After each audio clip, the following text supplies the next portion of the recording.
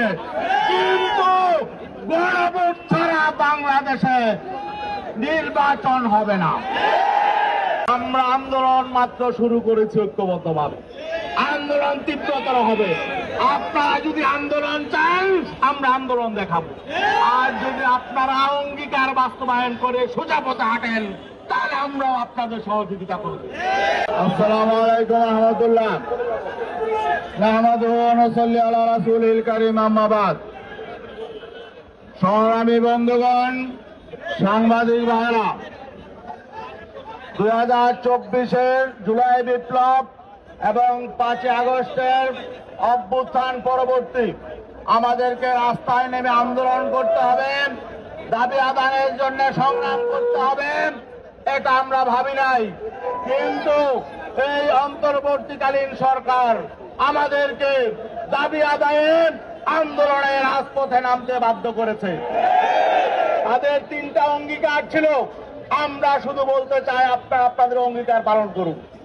1 number, তারা রাষ্ট্র সংস্কার করবে, আর রাষ্ট্র সংস্কারের জন্য সংস্কার কমিশন হয়েছিল, ঐক্যমত্য কমিশন হয়েছে, জুলাই সনদ হয়েছে, জুলাই সনদ স্বাক্ষরিত হয়েছে, জুলাই সনদের বাস্তবায়ন আদেশের জন্য সকল রাজনৈতিক দলগুলো একমত হয়েছে, গণভোটের ব্যাপারে একমত হয়েছে।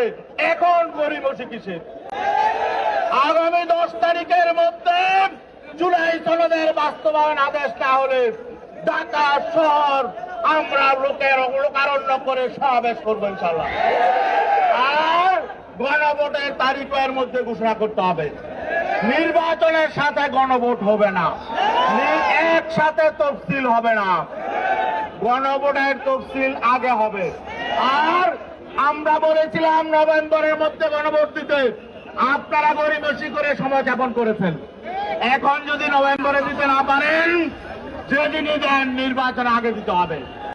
প্রয়োজনে নির্বাচন ফেব্রুয়ারিতে হবে না, আরো 2 মাস পরে হবে, কিন্তু গণভোট ছাড়া বাংলাদেশে নির্বাচন হবে না।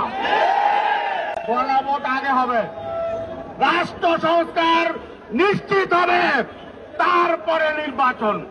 রাষ্ট্র মেরামতের জন্য আমাদের সন্তানরা জীবন দিয়েছে, কৃষক শ্রমিকরা জীবন দিয়েছে, রক্ত ঝরেছে, অতএব এটা নিয়ে কোনো তাল বাহানা চলবে না।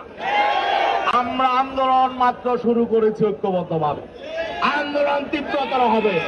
আপনারা যদি আন্দোলন চান আমরা আন্দোলন দেখাবো, আর যদি আপনারা অঙ্গীকার বাস্তবায়ন করে সোজা পথে হাঁটেন তাহলে আমরাও আপনাদের সহযোগিতা করব। অতএব আজকে স্মারকলিপি দিয়ে আমরা মেসেজ দিচ্ছি, আগামী 10 তারিখের মধ্যে এগুলো ফায়সালা করুন। যারা বলে জুলাই সনদ লাগবে না, জুলাই সনদের প্রয়োজন নেই, সংস্কার লাগবে না, তাদের সাথে বসে আমাদের সমঝোতা করতে বলেন, এগুলো তামাশা।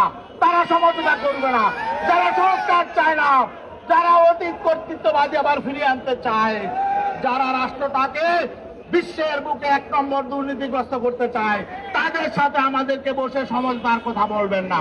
প্লিজ আপনারা সোজা পথে হাঁটুন, আর নয়তো যেই জনতা এত ফেসিবাদী মহাশক্তিকে হটিয়েছে তারা কিন্তু নতুন সিদ্ধান্ত নেবে। ধন্যবাদ সবাইকে।